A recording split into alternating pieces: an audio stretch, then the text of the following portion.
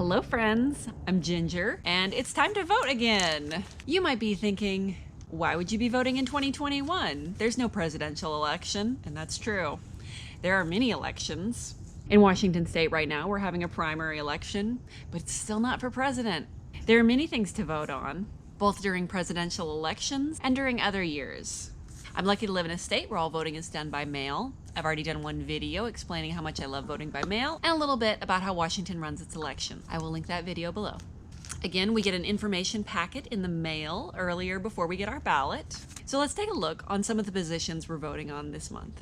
Everything in this voting cycle is about local elections. I hope that might be something that's encouraging to those of you who feel like, why even bother voting? My vote doesn't count. My vote doesn't matter. Not true. And that's particularly true in local elections. Rather than having your vote feel like it's competing against millions of people across the country, thousands of people in your town or your county.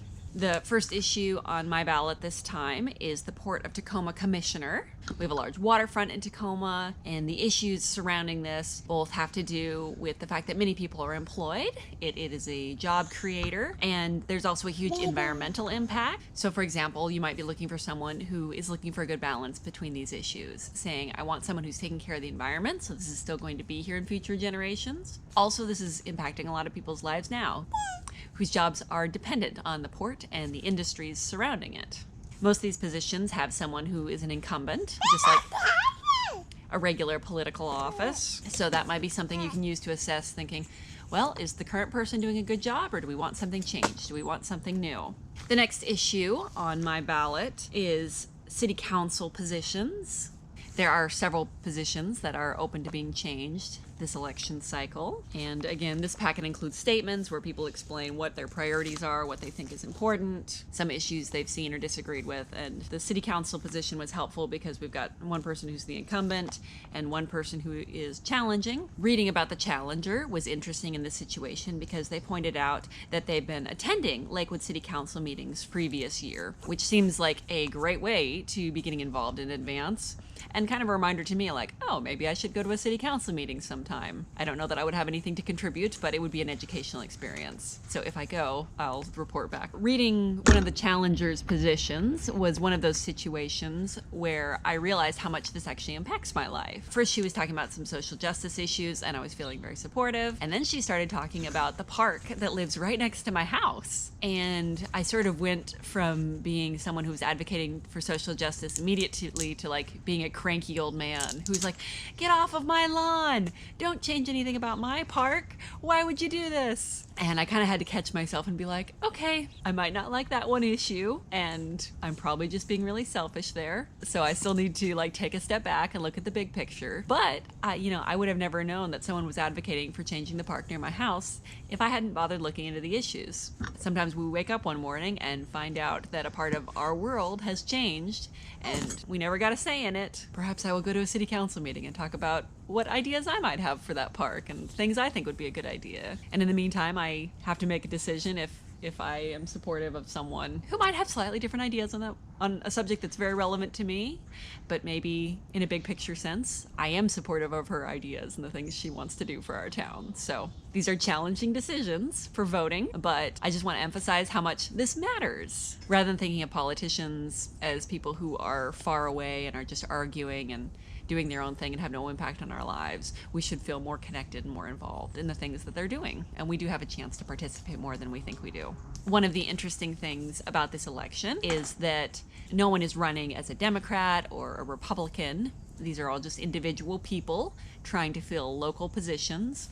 And while you might be able to look at them and be like, oh, this person kind of aligns with my values, there's no really easy, clear way to just be like, oh, I always vote all red. Oh, I always vote all blue, and just check your way down the box. This does take a little more effort, but I think that effort is worthwhile. Most of the time, everyone says, oh, I hate how partisan everything is. This is your opportunity to not be so partisan. You can just be looking at individual people and individual issues. The next position that I am voting on is regards to the school district. There's a new director position and new school board positions available.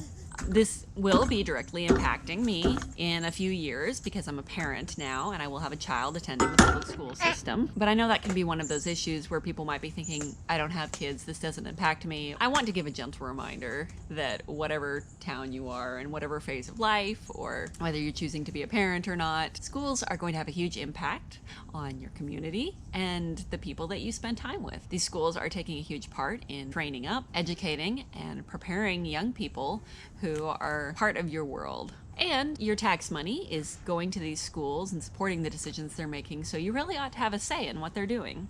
Taxes is an issue that came up several times as people were describing their statements. The current school board is very proud that they haven't been raising taxes or borrowing money as they've been working on schools.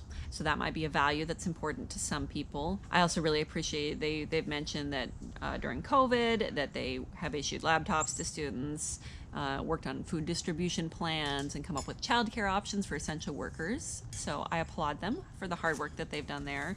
I did find voting on this section difficult. There were a lot of generic statements that kind of everybody agrees with, and so it's hard to pick between these different people. But even though these descriptions might feel a little too brief or a little too generic, there is opportunities for more information or more follow-up. A lot of people have a website. You're welcome to email them, sometimes even call them on the phone and address issues more. Personally, this is the first time I remember voting on school board related issues, so it is something that I will be working hard to continue educating myself better on in the future. And especially when I do have a child in school, I will probably have a whole new perspective on how they're running things in the school system. The first time I ever voted, I was 18 years old and I was very excited. This seemed like a very cool grown-up thing to do. And several school-related elections came up in my town in Montana. The building where I attended high school was overcrowded.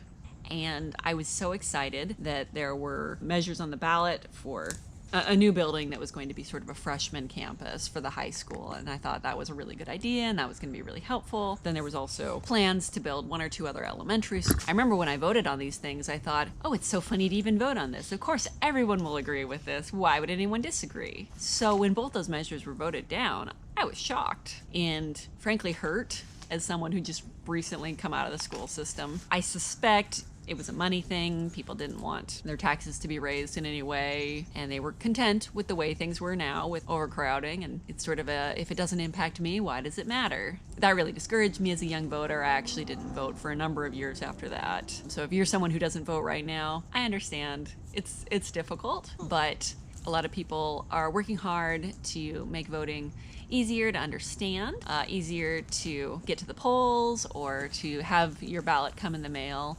And I just want to encourage you to take advantage of this opportunity. It's true that I was discouraged from voting for a while, but that didn't solve any problems. If anything, it just took away a vote from other schools that could have been built. So I'm not going to make that choice again. I am putting in effort and trying to understand issues, and I will continue to learn and grow as a voter, and I want to encourage you to do the same. Thank you for watching.